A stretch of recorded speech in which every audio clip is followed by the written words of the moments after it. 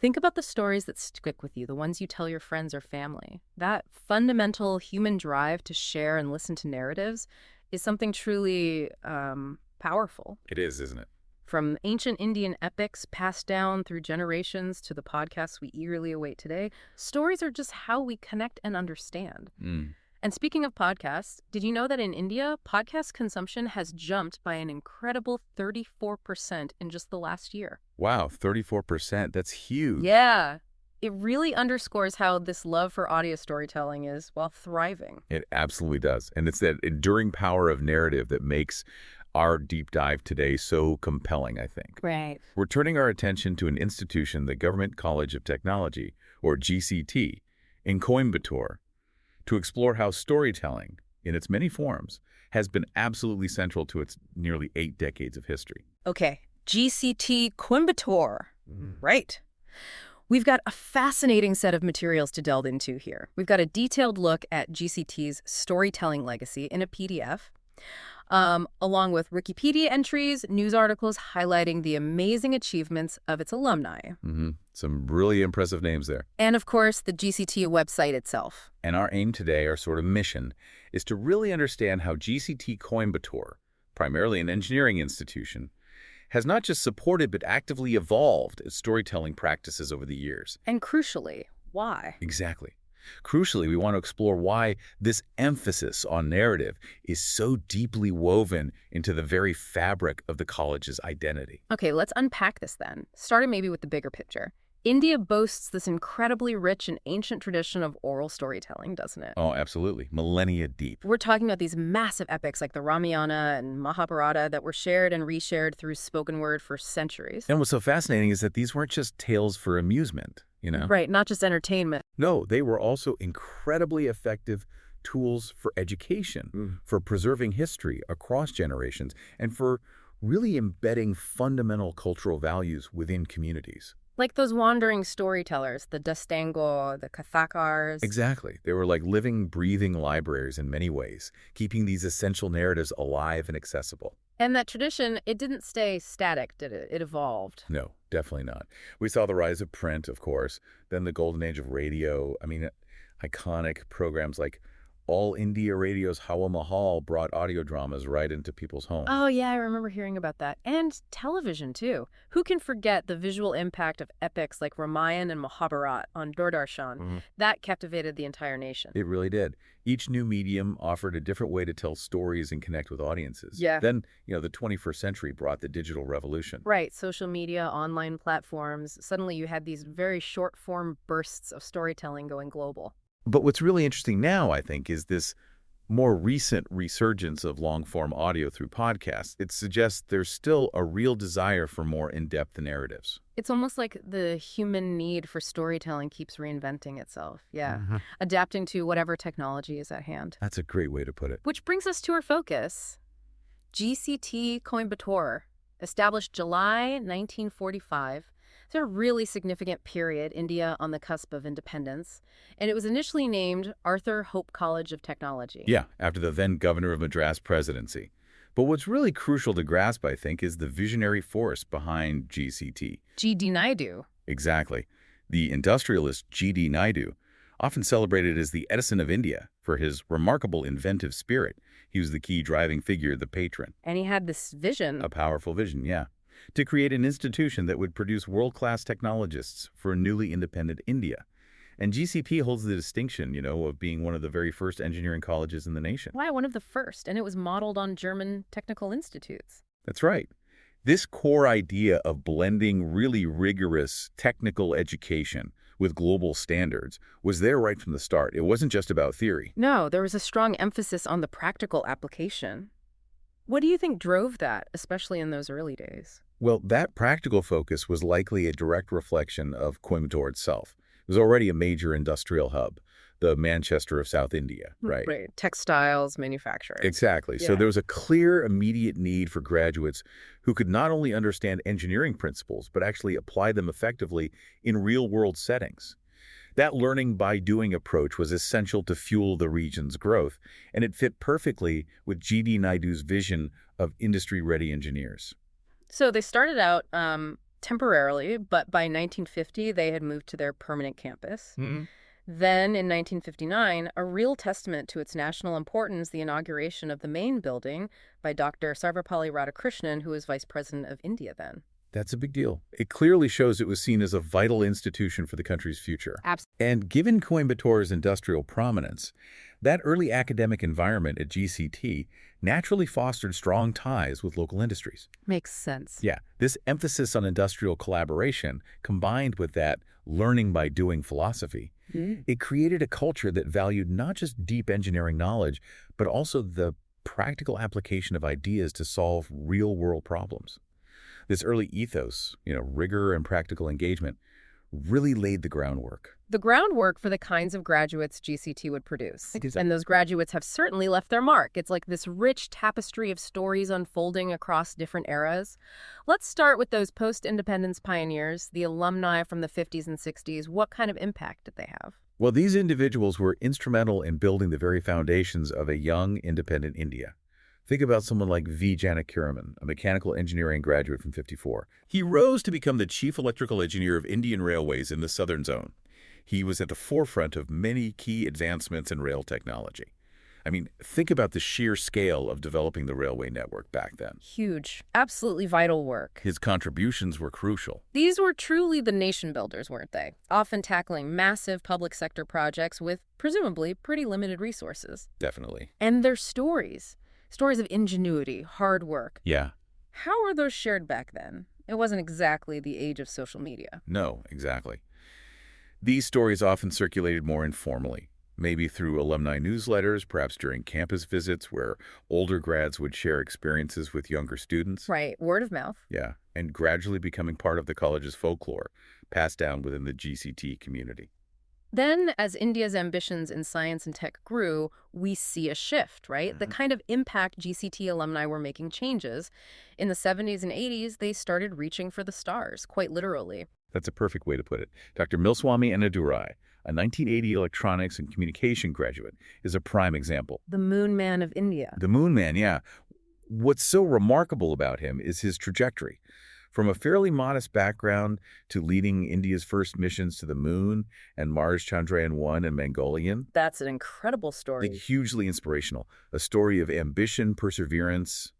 It's even found its way into school textbooks, which shows you the profound impact his journey had, the power of that story. And alongside him, we have these inspiring stories of women breaking ground, too. Like Biko Denai from the early 80s, instrumentation engineering. Yes, her long and distinguished career at ISRO, playing a crucial role in the success of the PSLV rocket program. And she received the Nari Shakti Puraskar in 2017. What does her experience tell us? Well, Biko Denai's journey highlights not only the significant contributions of GCT alumni to India's space program, but also, importantly, the breaking of barriers for women in fields that were traditionally very male-dominated. Right. Her success at ISRO, the Nari Shakti Puraskar. It's a powerful narrative of determination and excellence. It shows how GCT provided a supportive foundation for women to thrive in demanding technical careers. And there was also Enval Armathi, also early 80s electronics project director for Risat-1. That's right, India's first indigenously developed radar imaging satellite, another major achievement. And the first recipient of the Dr. APJ Abdul Kalam Award in 2015. For someone like me, maybe not familiar, what's the significance of a radar imaging satellite? Why was that important? Okay, so think of a radar imaging satellite like a really sophisticated camera in space, but one that can see the Earth's surface even through clouds and darkness. Okay. All weather, day and night. Exactly. That capability is incredibly valuable for lots of things. Disaster monitoring, checking on agriculture, national security. Right. So Enval Armathi, leading the development of India's first indigenous version, was a huge technological step forward. It showcased India's growing self-reliance in space tech and her exceptional leadership in a really complex project. It's quite a leap, isn't it? From building basic infrastructure in a new nation to driving these incredibly complex, cutting-edge space innovations. It really is. Then, as India's economy opened up more in the 90s and 2000s, we started seeing GCT grads branching out into more diverse, maybe unexpected fields, blending technical skills with creativity, social impact. That's a really insightful observation. Yeah, you see that diversification. Take Tamarai, a production engineering graduate from '97. production engineering. Okay. She actually worked as an engineer for 6 years, then followed her passion and became this award-winning Tamil poet and lyricist. Yeah, quite a switch. Yeah. Her song Vasegara was a phenomenal hit.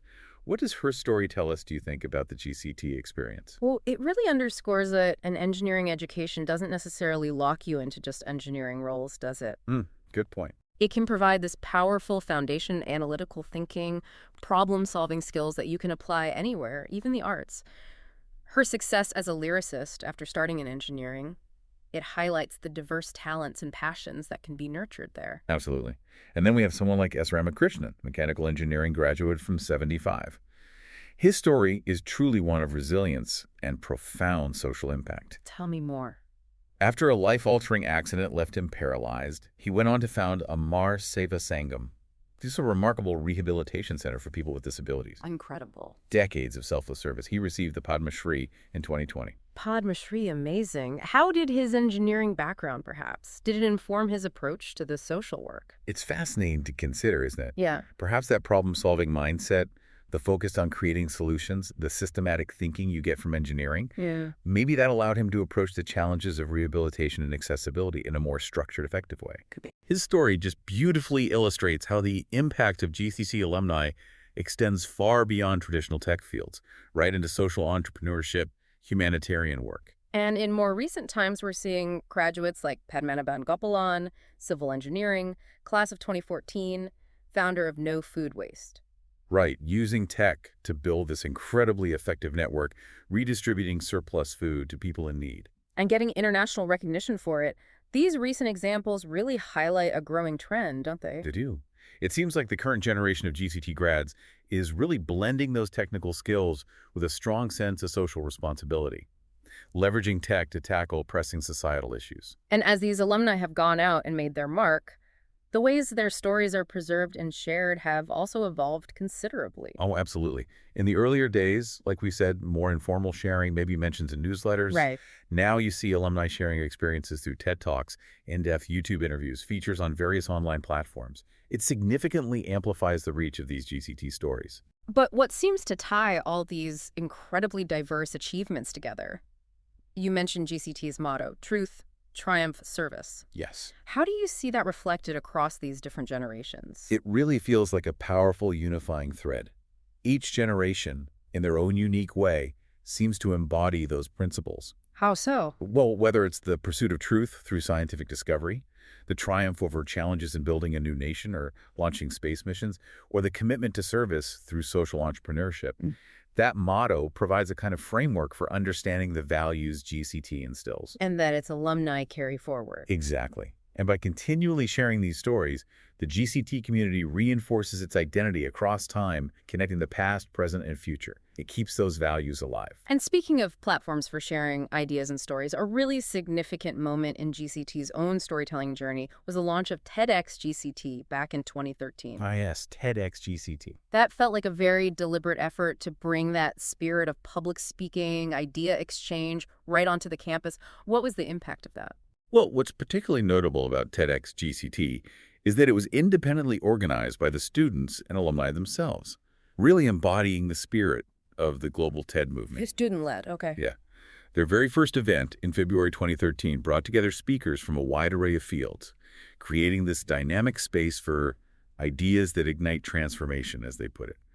It quickly became a very visible symbol of GCT's commitment to more than just engineering excellence. It really fostered a vibrant environment, didn't it, for open discourse, sharing diverse perspectives on campus. And the students took the reins, curating speakers from all sorts of backgrounds. That speaks volumes about the multidisciplinary ethos GCT encourages. It does. Were there specific benefits for the students involved in organizing it? Oh, absolutely. Beyond just hearing inspiring talks, TEDxGCT actively cultivated a culture of public storytelling among the students. Interesting. They learned the art of crafting compelling narratives, presenting them effectively. The organizing teams gained invaluable practical skills: event planning, promotion, managing the tech side, recording, sharing talks on YouTube. Which extended GCT's reach even further. Significantly. and showcase the students' capabilities too. It's great the college administration was supportive, recognizing its value in fostering a more sort of holistic educational experience. And over the years, TEDxGCT has featured not just external thought leaders, but GCT's own accomplished alumni, even current students, right? Yes, which really strengthens that sense of community and shared purpose.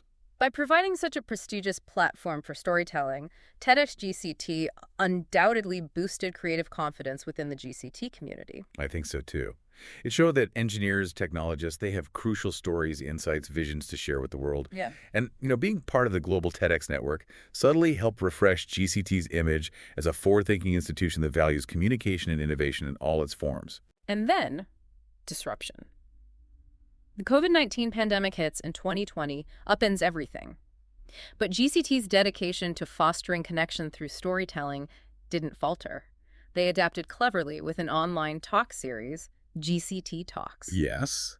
What's truly impressive is the speed and ingenuity they showed, leveraging their strong alumni network and the active GCT student-alumni relationship cell, gSARC.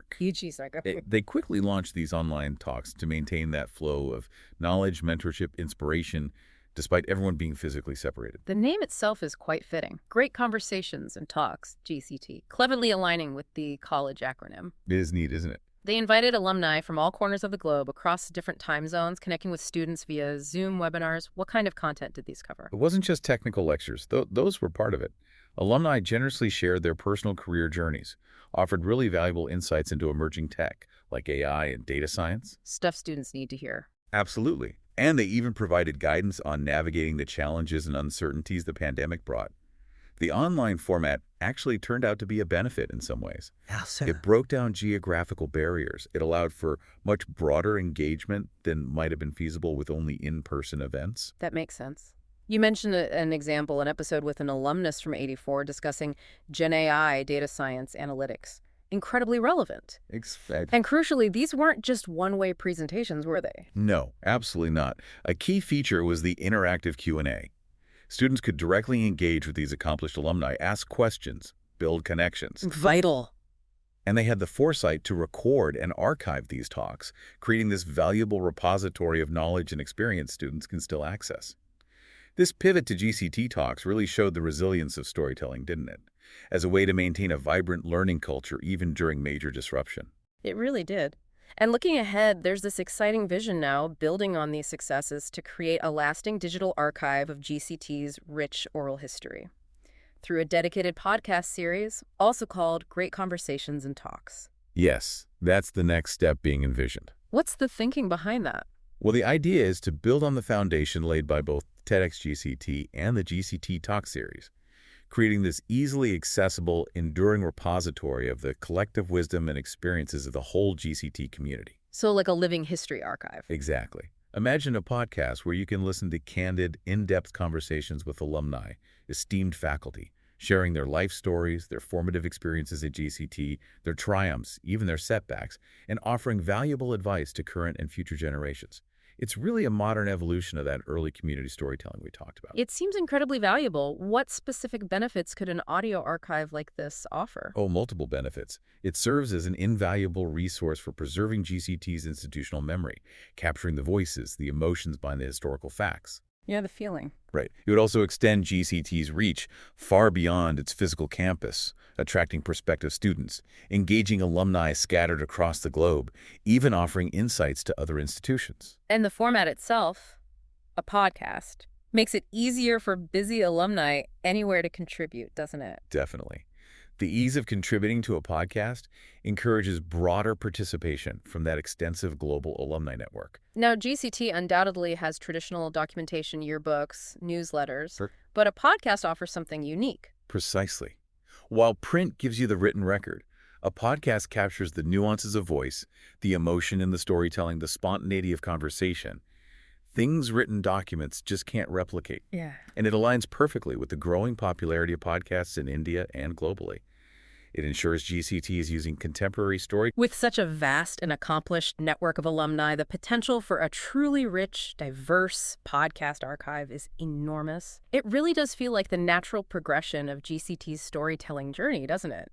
embracing new mediums while keeping those vital connections and narratives alive. Absolutely. So let's bring it back to the core of our discussion then. Why is this emphasis on storytelling so fundamentally important for an institution like GCT? What's the bottom line? Well, ultimately, it seems to be about preserving and passing on the very essence of what GCT stands for, its identity, its core values. Right. The personal anecdotes from alumni, the shared memories of campus life.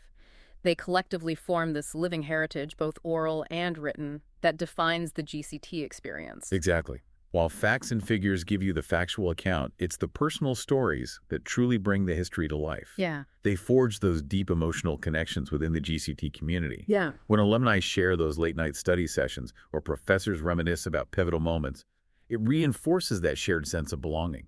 It answers the question, what does it mean to be a GCT? And this act of storytelling, it isn't just about looking back, is it? It's active, it's dynamic. It preserves institutional memory by creating this ongoing dialogue between past and present. That's right. When alumni share their journeys with current students, it really reinforces that sense of continuity, that shared identity. And by actively valuing and celebrating these alumni stories, GCT strengthens its bonds with its graduates, doesn't it? Encouraging their continued engagement, their support. No doubt. Moreover, in times of change or challenge, these narratives of the college's founding principles, its past successes, the resilience of its community, they can serve as a vital guiding light, reminding everyone of the core values that underpin the institution. So institutional memory carried through these stories. It's not just a record of the past, it's also kind of a roadmap for the future. Well put. And in a technical institution, often focused on hard skills, storytelling really enriches that human dimension.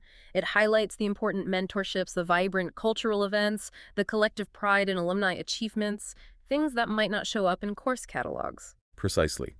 Storytelling, in all its forms, is fundamental to preserving and evolving GCT's institutional memory and identity. It's how the college remembers its journey, articulates its values, and ultimately expresses its soul. So, looking ahead then, how can today's students actively participate in carrying this rich storytelling legacy forward, especially with all the powerful modern tools now at their fingertips? Oh, there are so many exciting avenues for current students. Actively participating in, even organizing storytelling forums like TEDxGCT and GCT Talks is a fantastic starting point. Get involved. Yeah. Perhaps they could even initiate more informal student-led things like a monthly GCT story night where students share their own experiences, projects, internships, whatever. And in this digital age, leveraging digital media seems crucial. Absolutely. Students could create their own blogs, maybe produce YouTube series, documenting aspects of campus life and history from their perspective, really expanding the reach of the GCT narrative. Taking ownership of this great Conversations and Talks podcast idea, that sounds like a huge opportunity. Tremendous.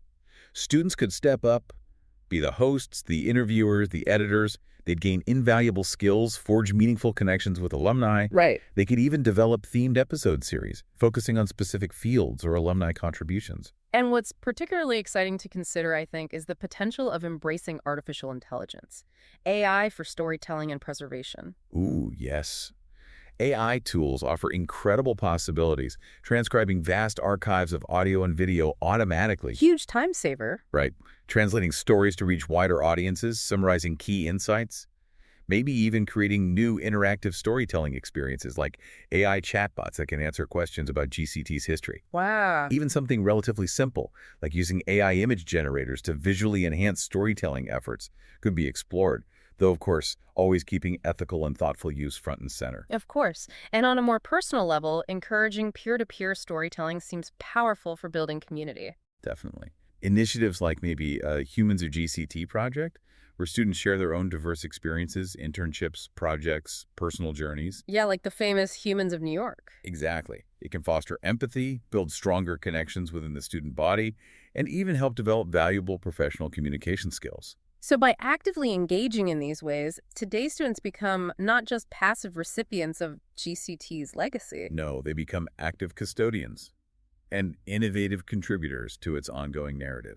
It really highlights that legacy isn't just something handed down passively, is it? It's dynamic. Each new generation interprets it, adds their own chapter, using the tools and perspectives of their time. Well said. It's fascinating to see the full circle, from those ancient oral traditions we started with to potentially AI-assisted podcasts, with storytelling remaining that powerful thread connecting GCT's past, present, and future. So, to bring it all together, we've explored how storytelling has been, well, deeply woven into the fabric of GCT Coimbatore since its very beginning. Yeah. We've heard just a few of the inspiring stories from its incredibly diverse and accomplished alumni, looked at the impact of key initiatives like TEDxGCT and GCT Talks. Right, and considered the exciting potential of the Great Conversations and Talks podcast, and maybe even the innovative use of AI in preserving and sharing these crucial narratives. Exactly. And for you, our listener, we hope this deep dive has shed some light on the vital role storytelling plays in shaping and maintaining the identity of any institution or community, really, regardless of your own background or interests. It's been truly fascinating, I think, to witness the adaptability of storytelling and the profound impact individual contributions can have on a larger collective narrative. And that brings us to a final thought for you to consider. What are the stories that shape your own community or the institutions you're a part of? How are those stories being preserved and shared in our rapidly evolving digital world? And perhaps most importantly, what role might you play in shaping that ongoing narrative? Something to think about.